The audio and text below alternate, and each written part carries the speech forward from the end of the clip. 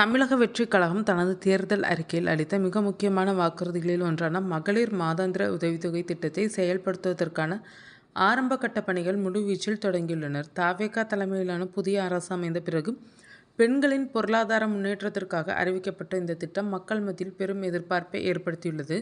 இந்த திட்டத்தின் கீழ் தகுதியான பயனாளிகளை கண்டறிய தமிழகம் முழுவதும் 60 வயது வரையுள்ள பெண்களை கணக்கெடுக்கும் பணியை தமிழக அரசு தற்போது தொடங்கியுள்ளது.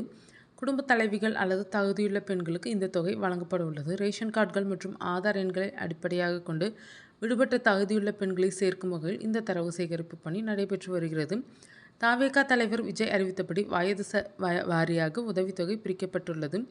18 முதல் 60 வயது வரை தகுதியுள்ள மகளிருக்கு மாதம் ரூபாய் 2500 வழங்கப்படும். 60 வயதுக்கு மேற்பட்டோர் முதியோர் நலன் கருதி அவர்களுக்கு மாதம் ரூபாய் 3000 வழங்க திட்டமிடப்பட்டுள்ளது. பெண்களின் நிதி சுதந்திரத்தை உறுதி செய்யவும் குடும்பத்தின் அன்றாட செலவுகளுக்கு பேருதவியாக இருக்கும் இந்த திட்டம் வடிவமைக்கப்பட்டுள்ளது. குறிப்பாக கிராமப்புற மற்றும் நடுத்தர வர்க்க பெண்களுக்கு இது ஒரு வலுவான பொருளாதார பாதுகாப்பை வழங்கும் என்று அரசு தரப்பில் கூறப்படுகிறது. தற்போது நடைபெற்று வரும் கணக்கெடுப்பு பணிகள் முடிந்தவுடன் இதற்கான அதிகாரப்பூர்வமான விண்ணப்ப நடைமுறைகள் மற்றும் தகுதி பட்டியலை முதலமைச்சர் விஜய் வெளியிடுவார் என்று எதிர்பார்க்கப்படுகிறது. சொன்னதை செய்வோம் என்ற அடிப்படையில் பதவியேற்ற சில காலத்திலேயே இந்த மெகா திட்டத்தை தவேகா அரசு கையில் எடுத்துள்ளது அதன் ஆதரவாளர்களிடையே உற்சாகத்தை ஏற்படுத்தியுள்ளது.